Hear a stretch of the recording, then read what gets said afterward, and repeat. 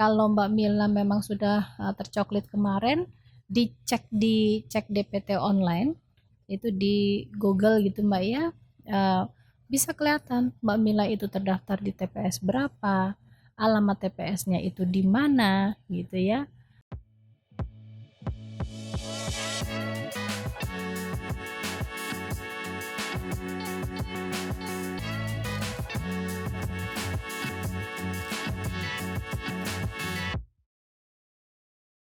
Assalamualaikum warahmatullahi wabarakatuh. Tentunya hari ini ketemu kembali bersama Diskominfo Staper melalui podcastnya ya. Dan untuk hari ini saya ketemu sama narasumber yang cantik, manis dan cerdas. Siapa lagi yang biasa kita dialog di radio ya Bu biasanya. Itu dari KPU ya. Hari ini KPU Komisi Pemilihan Umum Kabupaten Pasir, di mana untuk KPU sendiri yang hadir hari ini adalah anggota KPU Kabupaten Pasir, Ketua Divisi Sosialisasi Pendidikan Pemilih dan Partisipasi Masyarakat, Mbak Diah Eli Kusrini. Ya tentunya saya akan kabar gimana nih kabarnya Mbak Diah bersama Mila ketemu hari ini. Tapi beda ya, beda ruang kita Mbak. New perform Iya, sepertinya. kayak memang bukan sepertinya, memang iya. Selamat dulu ini ya buat Kominfo ya, terutama ada Mbak Mila di sini mungkin lebih aktif gregetnya untuk nanti siarannya. Thank you. Iya, tentunya di sini kita membicarakan masalah pemilu ya Mbak ya, di tahun 2024. Ini progresnya sudah banyak yang dilakukan KPU. Banyak sekali. Iya. Tentunya saya banyak sekali akan bertanya di sini sesuai yang dilaksanakan oleh KPU sendiri. Tentunya di bagian divisi sosialisasinya, pendidikan dan pemilih dan partisipasi masyarakatnya. Ya, dan tentunya pemilihan umum ini disingkat sebagai menjadi bahan tentunya topik yang sangat nanti nih sama semuanya, bukan masyarakat aja, pokoknya semuanya. Ini siapa sih? Ini gimana sih gitu ya. Nah, untuk menyikapi hal-hal yang seperti ini nih, tapi kayaknya kita yang harus membahas di sini coklit ya yang akan kita bahas. Tapi untuk menyikapi pertanyaan-pertanyaan pasti banyak ya Mbak ya dari masyarakat. Itu bagaimana tuh KPU sendiri untuk menjelaskan ini belum loh tahapannya, ini belum gitu. Gimana tuh Mbak? Salah satu media untuk penyaluran informasi begitu ya. Salah satunya bisa kita katakan media podcast yang pada saat ini mungkin kita bisa melakukan. Kalau kesempatan yang lalu memang kita sering diskusi Mbak ya, tapi dengan media yang lain. Media podcast sudah menjadi makanan sehari-hari para pemilih, katakanlah begitu. Kalau kita bicara penyelenggaraan pemilu, berarti di situ ada pemilih dan ada yang dipilih. Nah, untuk bisa mengetahui informasi terkait dengan penyelenggaraan pemilu tadi itu kan memang kita membutuhkan media, diantaranya media sosial, terus kemudian podcast sendiri, kemudian juga di samping dokumen-dokumen berkas yang perlu dipublikasi gitu ya, ditempel di tempat-tempat yang strategis untuk masyarakat atau pemilih itu mengetahui. Begitu. Dan juga peranan dari pemerintahan daerah ini sebagai salah satunya. Kalau podcast itu kan biasanya digagas oleh kaula muda yang mayoritas itu banyak generasi X ataupun Y gitu ya. Bahkan mungkin Gen Z itu kan sudah ada yang dominan mengikuti itu gitu. Sekarang mungkin medianya podcast, next time beralihnya kemana apakah lagi. itu kira-kira kita juga kurang tahu. Yang pastinya sekarang yang lagi booming ya. Betul sekali. Jadi esensi untuk mentransformasi informasi terkait dengan kepemiluan, penyelenggaraan pemilu maupun pilkada, kita harapkan bisa maksimal di situ. Termasuk dengan ketika nanti ada pertanyaan setelah kita lakukan diskusi atau dialog ini. Nanti bisa kita minta kita catat informasi yang didapatkan atas diskusi ini. Ada kolom chatnya mungkin ya, biasanya Iya, ada ada komentar kan ya? komentar ya. Betul. Pasti yang ingin tahu ya kan? Mungkin biasanya sih orang kan biasa penasaran ya, Mbak. Kalau bahasa gaulnya itu kan banyak yang kepo gitu. Bener. Apalagi tahapannya ini kan sudah sampai sejauh ini, yang digagas nanti kita bicarakan tentang coklat gitu kan Iya, ya. iya. Coklat bukan coklat, Kalau tapi coklat mah gurih manis, tapi kalau ini gurih tapi ada nyeri-nyeri pedesnya gitu kan kalau yang begitu ini. ya. Iya. Apa sih sebenarnya coklat itu? Betul. Kalau coklat itu tanya dulu nih Mbak Mila, kalau di rumah itu sudah ada petugas KPU yang datang untuk mendata berapa pemilih yang ada di rumah belum?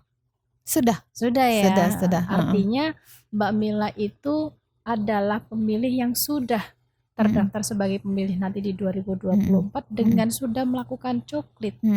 Ya, coklat pencocokan dan penelitian terkait dengan data pemilih Pemutakhiran ya.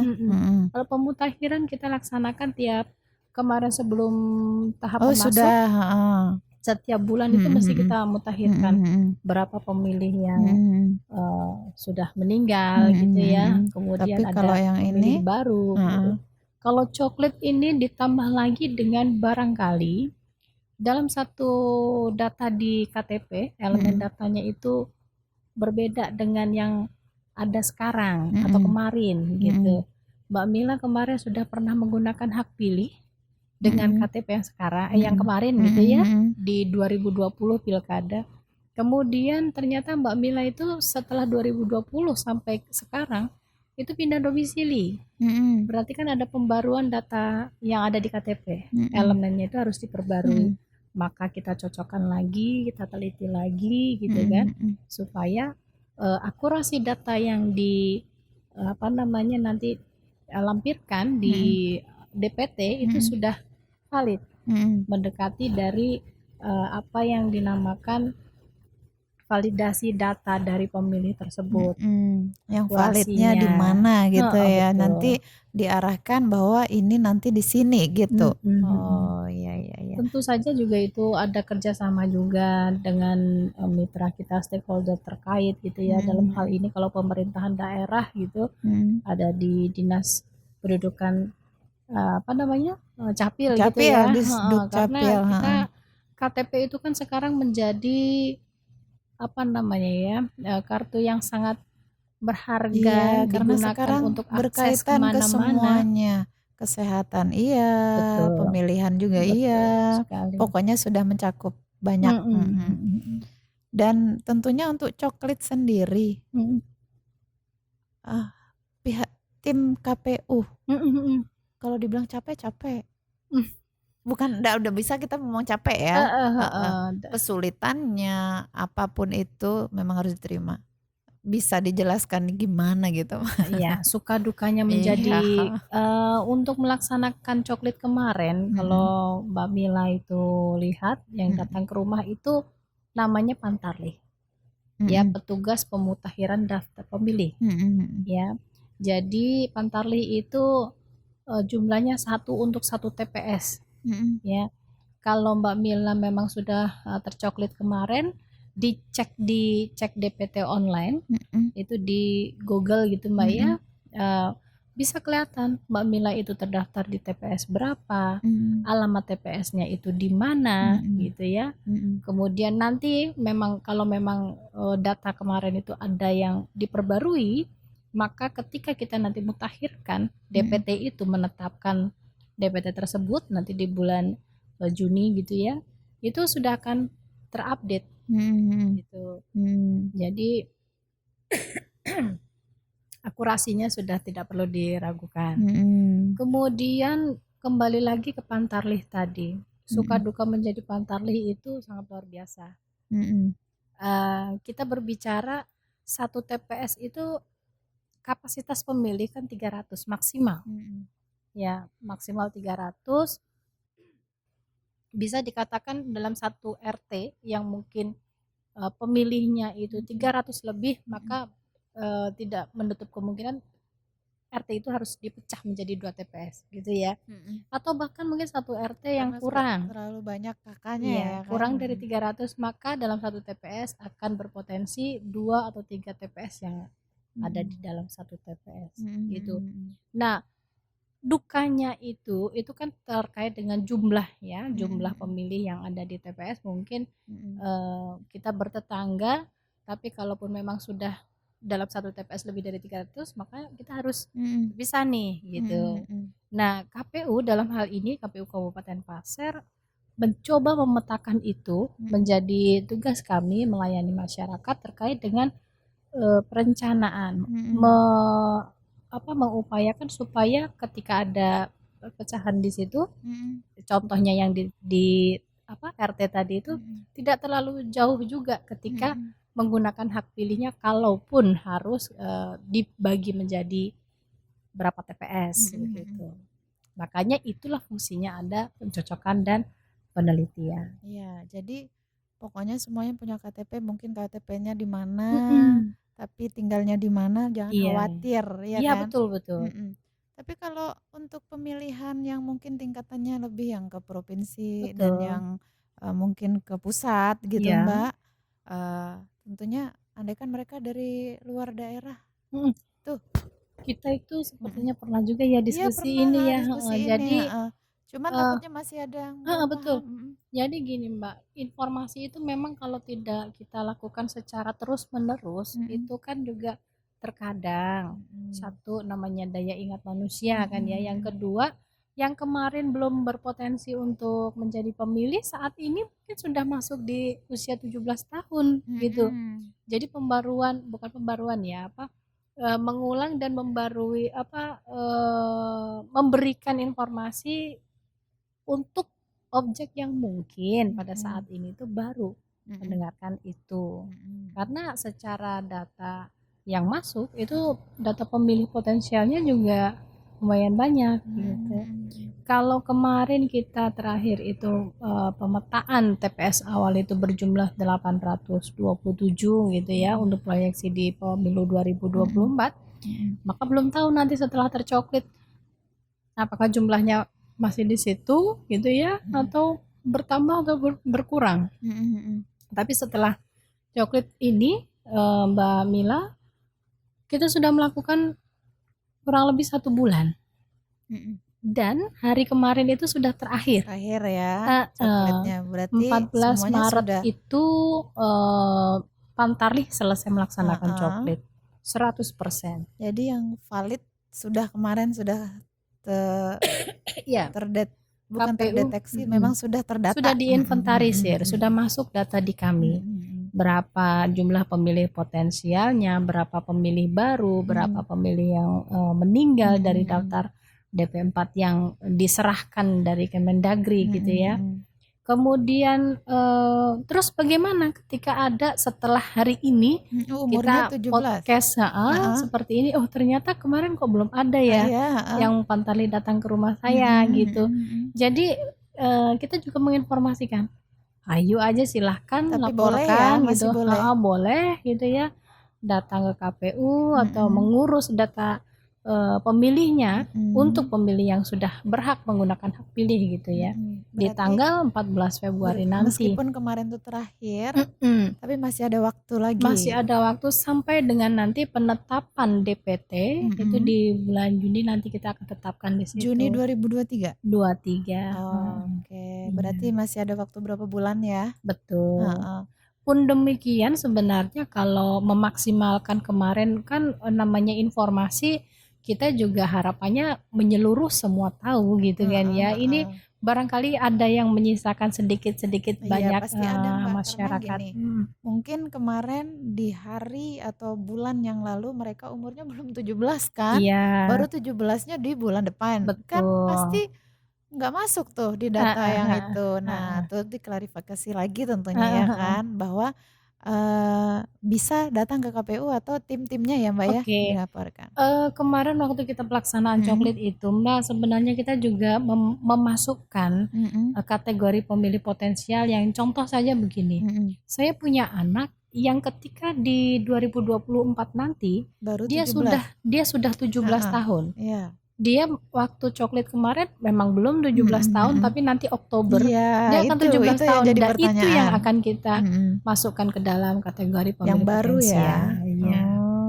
Jadi istilahnya memang sudah didata sedemikian rupa bahwa nanti ada juga nih, meskipun sekarang umurnya belum, yang untuk data yang kemarin, Betul. tapi sudah tercatat iya. bahwa nanti akan ada di tahun 2024 mereka berhak 2024 berhak untuk memilih juga gitu. Betul. Sudah terdata, jadi jangan khawatir ya karena kan. kita prinsipnya kan memang menjaga kedaulatan rakyat ya, dengan memastikan bahwasanya pemilih itu dapat menggunakan hak pilih itu tanpa terkecuali. Sampai hanya mungkin kategori pemilih pemula, itu ada yang pemilih muda dan juga yang purna TNI Polri, itu juga kita coklit juga. Iya, karena umur nggak ada batasan kan, yang pasti dari 17 sampai nggak ada jenjang di atasnya sampai berapa gitu. Bukan pensiun ya. Kalau pensiun ada batasannya. Oke. Dan tentunya di sini juga yang melakukan coklit sudah dibahas siapa kira-kira Pantarlih tadi. Pantarlih di PPS, sudah dibantu PPS, di atasnya PPK, kembali lagi ke KPU. Jadi terakhir kemarin pembatasannya ya. Iya, betul. Sudah diresmikan nih, selesai. Kalau diresmikan nanti kita DPT gitu ya. DPT itu ya baru sudah peresmiannya. tersubmit itu, data sudah masuk, sinkron gitu Itu kan. sudah langsung ke pusat ya? Iya, karena sekarang medianya itu kan sudah digital ya. Jadi cepat. Melalui ting udah langsung masuk kan. Apa itu Mbak Mila ting nanti begitu. Oke. Dan sebenarnya sudah dijelaskan tadi sama Mbak Dia. Untuk apa sih coklit? Sebenarnya untuk mengetahui ya Mbak ya. Satu mengetahui. Tapi silahkan diperjelas lagi. Takutnya. Satu mengetahui, yang kedua itu memastikan bahwasanya data kita masuk dalam DPT. Itu yang kita tidak akan mengatakan dan merasa lelah untuk menyampaikan ini ke masyarakat. Mengetahui data kita termasuk ke dalam DPT yang akan datang digunakan, itu sangatlah penting gitu. Satu suara saja itu bisa mempengaruhi kehidupan hajat hidup orang banyak gitu. Iya, karena hitungannya kan ada. Iya. Countnya itu nanti. Iya, jadi dari hal yang kita urai dulu, hal-hal kecil apa yang bisa kita membuat nanti pekerjaan atau kegiatan pada tahapan gongnya gitu ya di 14 Februari itu jadi lebih ringan. Ini kita sisir semua, pastikan masyarakat yang terpenuhi haknya itu sudah terdaftar begitu ya. Dan itu bukan tidak hanya juga dari penyelenggara saja gitu kan ya, dari masyarakat kita sudah ngomong begini, tapi kalau appreciate-nya dari masyarakat nanti barangkali gitu kan. Makanya kita tetap gencarkan itu. Iya. Sekarang masanya masih coklit ya kan? Tapi masyarakat sudah pada heboh, ini siapa sih sebenarnya? Betul siapa sih? sekali. Itu kan tanya semua Mbak, kira-kira adakah pandangan? Nah begitu tuh pemilu 2024 bener-bener kayaknya ya. Aku mewakili nih, saya mewakili. Bukan saya aja yang penasaran, tapi semuanya di luar sana. Itu gimana itu Mbak? Ya, itu KPU ditanyain nggak? Oh banyak sekali. Terutama kalau memang sudah ini ya, mempunyai background atau latar belakang, ada di penyelenggara gitu ya. Mesti hari-hari tuh minimalnya itu sampai beberapa kali ditanya itu memang ada ya seperti itu. Hanya kalau kita memang berjalan sesuai dengan tahapan. Prosedur ya? Iya, prosedur. Pada saat ini yang kita lakukan untuk penyelenggaraan pemilu 2024 adalah coklit dan tahapan lain, yaitu verifikasi administrasi perbaikan begitu ya. Ya itu yang kita lakukan. Nanti setelah ini ada tahapan berikutnya langsung berjalan lagi. Jadi hampir tidak ada waktu atau jeda untuk pelaksanaan tahapan setelah dikeluarkannya PKPU jadwal dan tahapan pelaksanaan pemilu 2024. Jadi mohon izinnya kan kemarin sebelumnya kita sudah, Mbak kalau ada kesempatan waktu kita bisa berdiskusi saat ini, ayo sudah sekarang kan begitu. Jadi seperti itu mekanisme teknisnya pelaksanaan itu tidak bisa berancang-ancang terlalu jauh gitu. Tapi kalau itu tahapannya masuk, ya sudah laksanakan. Iya, tentunya dengan cara seperti ini bisa sosialisasi masyarakat Tepat tahu kan sekali. gitu. Apalagi mungkin kalau yang hari ini nggak kapan waktunya nggak bisa melihat lagi santai-santai di rumah Bisa kan bisa buka mengulang. YouTube-nya juga ya kan, bisa nanti lihat di FB-nya atau Betul apa dan sekali. pokoknya sekarang gadget banyak ya kan, Media banyak. media banyak. Jadi silahkan, tergantung. Sekarang loh internet gratis juga banyak. Jadi Nggak ada pokoknya kuota, geser sedikit. ada gitu. Iya. Bisa datang ke Kominfo. Kominfo betul sekali. Iya, Diskominfo Staffer tentunya di sini. Dan ini tentunya pihak KPU sendiri sudah banyak tuh pertanyaan-pertanyaan. Menyikapi pertanyaan yang belum sampai di tahapannya, itu seperti apa menjawabnya? Oke. Gimana nih? Jadi kalau menjadi penyelenggara itu memang ada konsekuensinya. Di antaranya ya itu tadi, ketika belum masuk tahapannya sudah didahului gitu. Kira-kira nanti siapa atau bagaimana eskalasinya dan begini dan begitu gitu ya. Selama yang tadi saya sampaikan tahapan itu berjalan kita sampaikan, itu kalau konsumsi publik ya. Nah kalau untuk pemilih atau masyarakat ingin tahu itu kan skupnya lain memang. Masyarakat itu kan kalau di dalam penyelenggaraan pemilu itu kan ada 2 kategori. Yang pertama itu adalah pemilih ya, peserta. Masyarakat yang menggunakan hak pilih. Yang satunya peserta pemilu. Peserta pemilu ini kan mungkin saat ini ada bakal calon yang nanti akan diketok palu atau disahkan menjadi calon gitu ya. Nah itu kan prosesnya ada tahapan. Kemarin kami sudah melaksanakan verifikasi administrasi untuk bakal calon DPD gitu ya. Nah untuk saat ini persiapan untuk perbaikan kedua kita melakukan verifikasi administrasi juga. Tentunya kalau satu bahan diskusi kita di tadi pencocokan penelitian sampai kemarin itu selesai gitu ya, kita sudah mempurnakan nih. Nah, kita diskusikan itu. Baru nanti verpinya selesai gitu ya, masuk tahapannya kita diskusikan lagi. Sampai dengan menjelang hari H, semoga kita bisa konsisten ya dalam komunikasi ini. Buka itu semua dipublis atau gimana tetap ya harus sesuai. Iya, kita akan publis seiring dengan berjalannya tahapan tersebut. Tetap ya. Nah, karena tidak bisa melajui ataupun bergerak mundur. Itu adalah hak masyarakat, hak pemilih untuk mengetahui sejauh mana tahapan itu sudah berjalan. Meyakinkan kepada masyarakat bahwasanya pemilu itu benar-benar berjalan sesuai tahapan, sesuai dengan koridor. Oke, karena banyak di luar sana pasti nanya ini sebenarnya siapa? Tanda tanyanya. Ini siapa ini? Bingung gitu. Bahkan mungkin feeling aja masih mereka. Jadi kalau nanya sama, kita nggak tahu gitu. Pihak KPU aja yang tahu. Tapi kalau mau mengambil sisi positifnya atas pertanyaan itu adalah kita menjadi tahu bahwasanya masyarakat itu peduli. Excited ya, peduli dengan bukan kepo. Maksudnya mereka kepengen tahu. Yang ketika pasti sudah kepengen cari yang terbaik kan Mbak. Betul sekali. Karena ada beberapa proses yang mungkin masyarakat itu akan mencari tahu dengan sendirinya. Si A, si B, si C ketika ditetapkan menjadi calon, maka siapa sih dia kan begitu ya. Jadi mereka punya konsumsi publik yang harus kita lindungi juga, yang harus kita berikan juga. Nah itu prinsip dari keterbukaan kami selaku penyelenggara, itu kita penuhi di situ. Iya, benar-benar saling mencari aman di mana-mana ya. Terbuka untuk informasi publiknya. Karena nanti kalau tahu begini siapa tahu ada ini itu yang kita nggak paham. Kadang berita hoax banyak ya kan, itu yang dikhawatirkan. Oke. Jadi nanti kalau tahu bahwa ini sudah disebarkan belum waktunya, ada hoax itu nanti dipercaya sama masyarakat membahayakan sekali. Iya, benar. Oke, setuju. Semoga setujunya Mbak Mila ini juga wakil Iya. dari suara masyarakat semua ya. Karena hoax kan bahaya. Betul.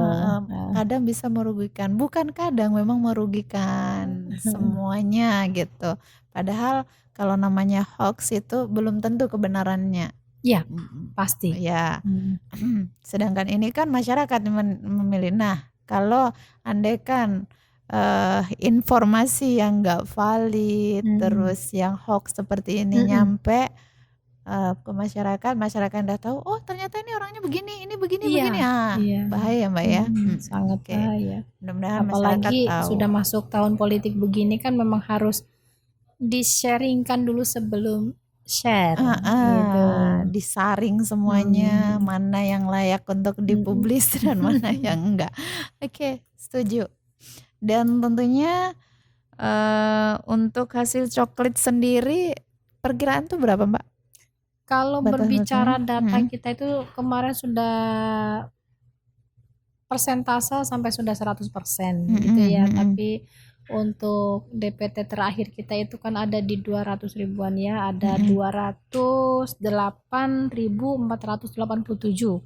Itu sesuai dengan data kependudukan yang diserahkan dari Kemendagri. Kemudian waktu sudah tercoklit gitu ya, dia pasti dong ada perubahannya, plus minusnya begitu ya, yang meninggal berapa, yang pemilih potensialnya berapa. Ada gitu. Tambahan berapa pasti. Iya, by datanya.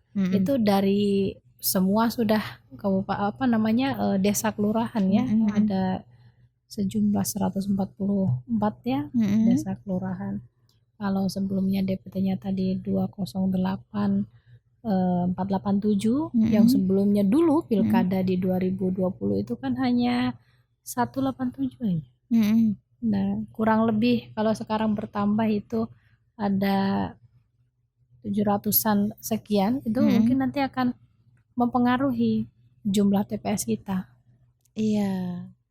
Ada yang kira-kira anak Mbak Mila mungkin yang masuk 17 tahun masuk ya? nanti 2024. Berarti pemilih baru ya. Nah, berarti salah satu di dalam itu. Nah, kemarin itu di stiker coklat itu kan masih ada namanya itu. Iya, ada. Iya. Ada di situ. Walaupun sekarang belum 17 tahun. Belum memang. Ya, tentunya semuanya sudah 100%, tapi nanti ada lagi tambahan-tambahan. Cuman sudah terhitung ya Mbak ya. Betul. Semuanya terhitung masih jumlah-jumlah.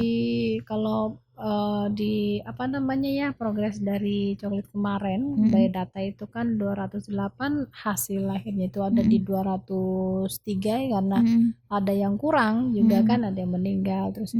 Nanti ditambah yang pemilih baru ini, data sudah masuk.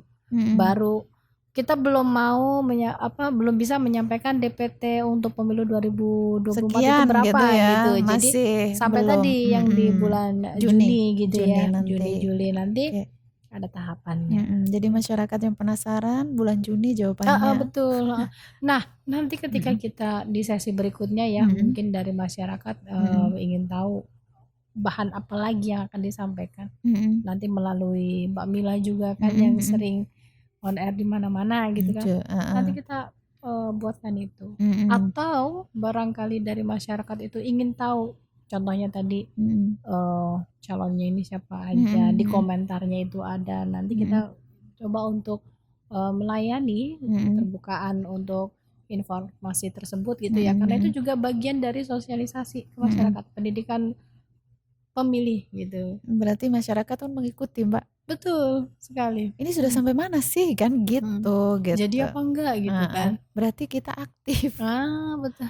Bukan pasif gitu. Siap. Oke. Dan untuk catatan-catatan yang ditemui?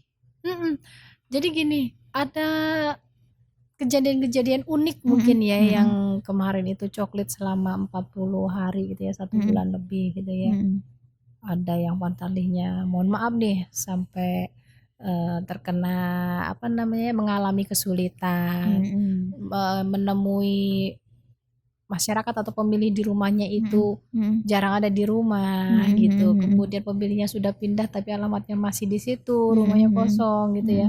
Ternyata kan kalau pemilih di kota ini kan barometer kabupaten ya, Grogot itu ada kendalanya juga gitu, lebih banyak kendala juga dibandingkan mungkin yang ada di desa lain gitu. Desa lain walaupun pemilih tidak terlalu banyak, tapi satu sama lain itu sudah tahu dan paham betul gitu. Gitu. Kemudian ada cerita lagi kemarin itu ada yang sempat sampai tergigit hewan piaraan gitu. Gitu. Sampai seperti itu pengorbanan Pantarlih tim ya, tim yang ketika mungkin masuk akses jalan ke rumah pemilih itu berlikulah namanya di Pasir ini kan medannya kan bervariatif. Kemudian sampai ini cerita aja nih ya, lika-likunya Pantarlih ya. Ada yang terdokumentasikan Pantarlih itu motor itu ada sampai terbakar, Mbak. Itu karena mungkin Medan. Oke. Digunakan untuk menjelajah rumah dari pemilih dan ternyata tidak sesuai dengan ini. Bisa jadi demikian. Atau memang pas di situ gitu. Menurut memang kami musibah, itu hal luar biasa. Memang gitu musibah nggak tahu ya kan. Cuman mungkin dari Medan juga mungkin jauhnya juga, jadi mesin bisa panas dan bla bla bla sebagainya. Jadi ada liku-likunya pokoknya ya kan. Sangat ada sekali. cerita, ada. Tapi itulah pahit Suka manisnya dukanya. pasti, suka dukanya pasti ada. Justru itu Mbak, kalau boleh dikatakan ucapan terima kasih saja tuh rasanya kurang gitu ya, tidak cukup untuk mereka menyampaikan bahwasanya jasa mereka itu istilahnya sangat luar biasa. Iya, benar. Iya, tentunya salut deh buat tim semuanya. Iya. Saya mewakili masyarakat nih dan juga Diskominfo dan untuk sosialisasinya hari ini. Tentunya. Oke, dan harapannya Mbak untuk penyelenggara untuk tahun pemilu 2024. Baik, secara menyeluruh ya KPU dan khususnya di KPU Kabupaten Pasir berharap gitu ya, karena perlindungan hak konstitusional warga negara itu kan memang diatur dalam undang-undang untuk menggunakan hak pilih masyarakat itu, kita melaksanakan menyelenggarakan dengan sistem transparansi terbuka akuntabel gitu ya.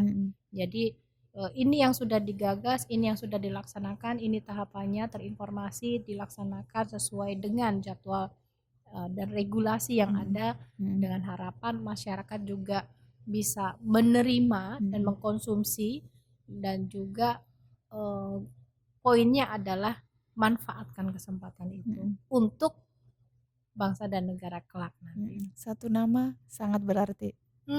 Sangat sekali. Iya. Oke Mbak Dia, kita kayaknya harus cukup dulu. Siap. Nah, kita nanti akan undang lagi dengan ada lagi nanti kan programnya lagi apa dari KPU, kita tunggu. Nah, kami siap untuk sama-sama kita bahas di podcast ini. Siap. Saya Mila tentunya dan Mbak Dia ucapkan atas kehadirannya terima kasih banyak dan assalamualaikum warahmatullahi wabarakatuh. Waalaikumsalam warahmatullahi wabarakatuh.